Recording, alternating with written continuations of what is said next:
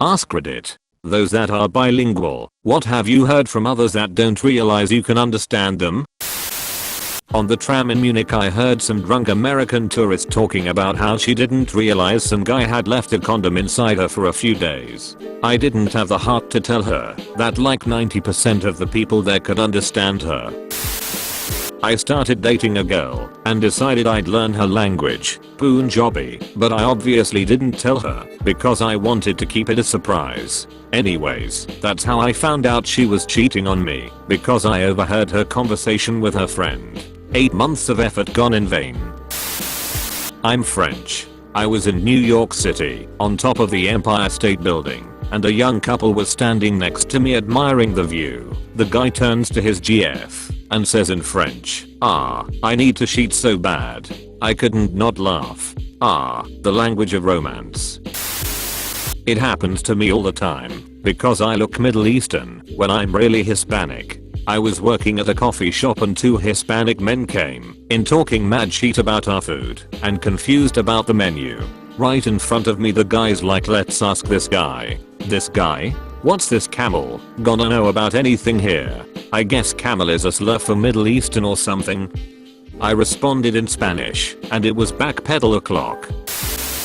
Strangers in my city. They were German and I'm half German half Italian. I live in Italy guys, and they asked me in English where they had to go to reach the city center. I told them where, in English again, and then put my headphones on, but I could hear them say, look, I told you, not every young person is bad.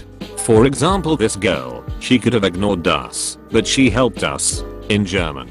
They were an old couple. I love these two. I grew up in Thailand and can speak fluent Thai, but I'm mixed race, so I look pretty white. This happened when I was about 14 and wearing red lipstick for the first time. I was coming home on the SkyTrain. This older lady turned to her husband and basically said that foreigners always dress like slots and that she feels sorry for my parents for raising such a degenerate. Luckily my Thai mom called to ask which station I had gotten to, so I was just talking to her in perfect Thai. The woman's face was priceless. I kinda wish I had some witty retort before I got off the train, but I was really shy and didn't really stand up for myself at that age. My great-grandmother, great-grandma and grandma were in an elevator. 2 women started speaking in Yiddish. Oh, look at the poor washerwoman. As my great-grandmother got off, she turned and said, I can understand everything you said. Be nice. At 17, just after I got my driver's license, my dad allowed me to take his car. I was on my way to pick up my friend so we could go see a movie. I had a green light, was moving through the intersection, and was hit by a car running a red light. I hit my head, was confused and scared, and was incapable of moving. The accident took place less than 5 minutes from a hospital, so I was packed up in an ambulance before I could think straight. I was in the same ambulance as the woman who hit me that was screaming about the pain in her knee. In the hospital we are wheeled into the same room and separated by a curtain. She called her family, speaking in Spanish, and told them to come to the hospital. A nurse gave me my phone and told me to call a parent. So I called my dad to come. Her family arrived first. I only took 1 year of Spanish, and, while I couldn't follow the conversation, I could tell they were talking about me. My dad arrived then. He's completely fluent in Spanish though you wouldn't know it from looking at him. And, after hearing the other family's conversation he became enraged and began recording it on his phone. The gist of the conversation was this. The woman that ran the red light knew she was in the wrong, but didn't have insurance. I was a young white girl rich enough to have a car. The police would believe her, the middle-aged woman, if she claimed I ran the red light. When the police arrived to take statements they went to the woman first as the medical staff had already finished with her. In between the plan hatching she'd been screaming about how her knee hurt and the pain pills and nurses tried to give her were too big to swallow. I'd just been quiet and undemanding and simply answered questions asked of me and complied with any requests. Then they came to talk to me. My dad asked if either officer could speak Spanish. One did, so my dad played the recording. She got the ticket. The report stated she was at fault and I was not, and yet she still tried to sue me for her medical bills and the damage to her car. My mom was a secretary at a law office and her boss was kind enough to write her a letter full of legalese saying I'd countersue if she continued to harass me, and I had the police reports stating she was at fault. It was an interesting few months. I was working downtown in the US, in a part of the city that is mainly tourists, and waited on a Chinese family one day. The restaurant is the equivalent of a sit-down chain like Olive Garden. I greeted them in English, and they responded in English, so I figured that this would be the best method of communication, since they did not ask if I spoke Cantonese. Once I moved on to my next table, I heard the mother tell the father that it is such a shame that my parents worked so hard for me to not speak Cantonese and work at a restaurant. I went through the whole meal speaking in English, and at the end as I was handing them the bill, I said in Cantonese that it was a pleasure serving you, and I hope you come again soon. The mother's face dropped, and she thanked me profusely and left a decent tip. I might speak English well, but I also know how to work the Chinese guild.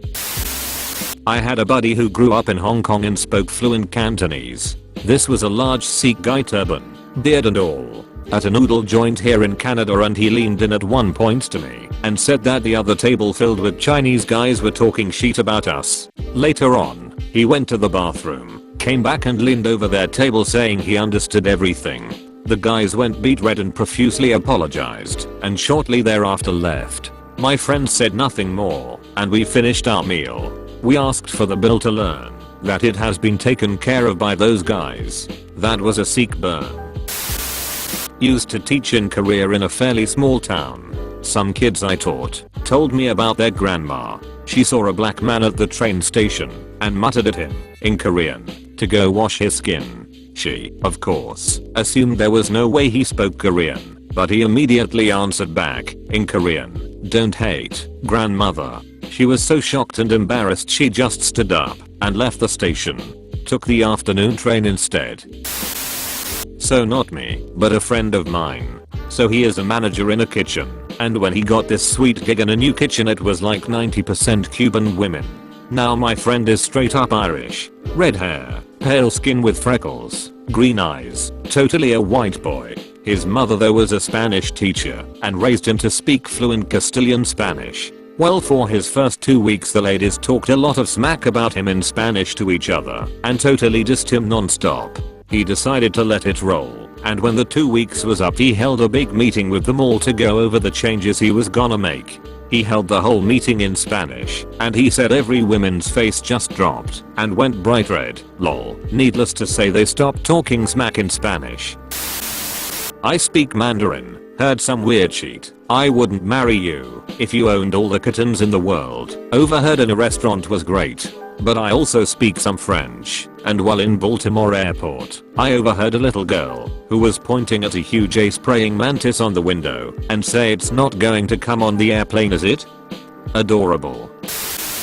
American who works abroad. It always baffles me how some American tourists seem to think that nobody else in the world speaks English. The one that comes to mind was at a train stop where some tourists who were clearly American were talking about how smelly everyone in the country was. Tourist A mentioned that tourist B should keep her voice down, and tourist B replied, "Why? None of them know what I'm saying."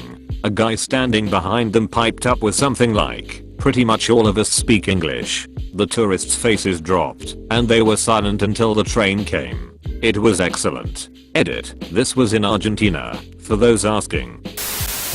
Employees at the Asian market don't think I know Mandarin. They talk some mad shit about everyone shopping there, and they some racists MFs. I hear, watch the black ones, they steal.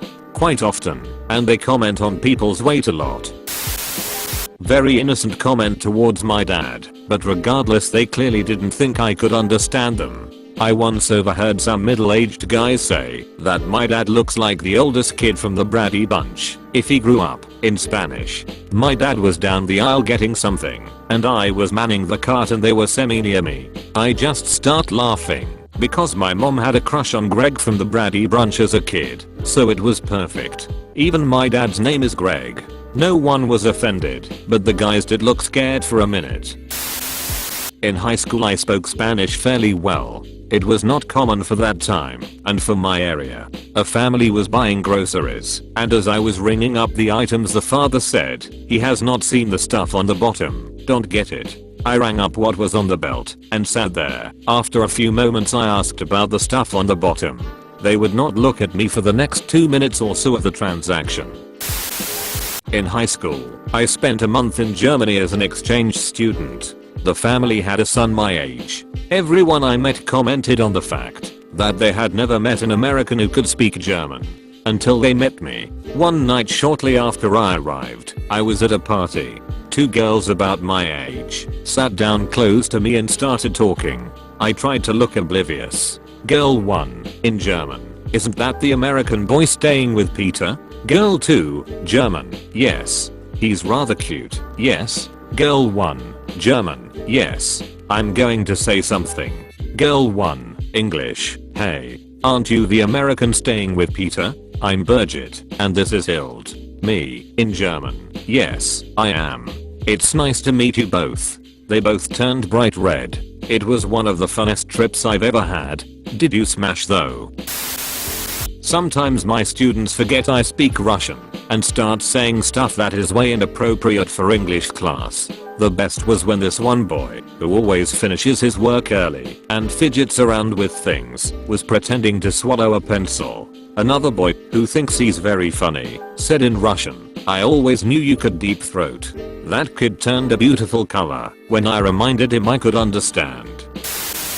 I'm half Korean and can understand fluent Korean and can only respond in simple Korean or I just respond in English. But I was eating by myself in a Korean restaurant and the servers were speaking Korean, literally sheet talking me. I just looked up at them as soon as they were talking among themselves about me and they noticed and just dispersed/went separate ways. I've talked to other half Korean folks I know and we've all talked about similar experiences of full Korean folks talking sheet, all the while them not realizing we understand what they're saying. It's embarrassing. Damn, that's really racist on their part. Half Asians have it rough. I have a half Japanese friend and she says, if you're half white, people will fetishize you or treat you jealously. If you're half anything else, people will treat you like shit. I was eating at a restaurant in Quebec where seriously everyone speaks at least some English who isn't super old, and a couple who only spoke English sat there and beached about everyone around them as if no one could understand a word they were saying. It was crazy because we were speaking English, albeit not so obnoxiously loud as to draw everyone's attention, as they were a couple of tables over. Anyways, it was embarrassing for them at first, then downright terrible as they even made fun of their waitress right in front of her. Eventually a manager came out and basically told them to duck off. But as they went people were commenting loudly in English, and I'm surprised people didn't actually clap. You know you're being rude when Canadians tell you to duck off. Not me, but a teacher of mine. Teacher, who spoke both fluent French and fluent German, was on a horse-drawn tour of a city, sitting in the center row of the carriage. A French couple sat in the rear row, and a German couple with small children sat in the front. The children were tired and cold and making a small fuss, but nothing outrageous. The French couple started insulting the parents and children in French, snidely. The German family didn't speak French and had no idea what was going on, trying to soothe their children and enjoy the ride. Teacher scolds the French couple in French, saying something along the lines of, if you two bitter people ever manage to hold this relationship together, you'll likely be in the same situation one day. Show some decorum. Teacher then turned to German couple and, in German, reiterated what the French were saying about them and what he said in return. The German couple asked him to convey their apologies. Their hotel room wasn't ready and the children hadn't eaten yet, and they were killing time until they could check in. That they were sorry for disrupting their evening. Teacher did. French couple looked embarrassed. Teacher spent the rest of the evening visiting with the German family in German. All the Mexicans at work insult my white ace every ducking day. They still don't know I can understand them. Let them know on your last day. Good idea, putas. Had a customer speaking Korean, and I heard them say the coffee was good, and I said thank you in Korean. They were super nice and tipped more than I thought they should have.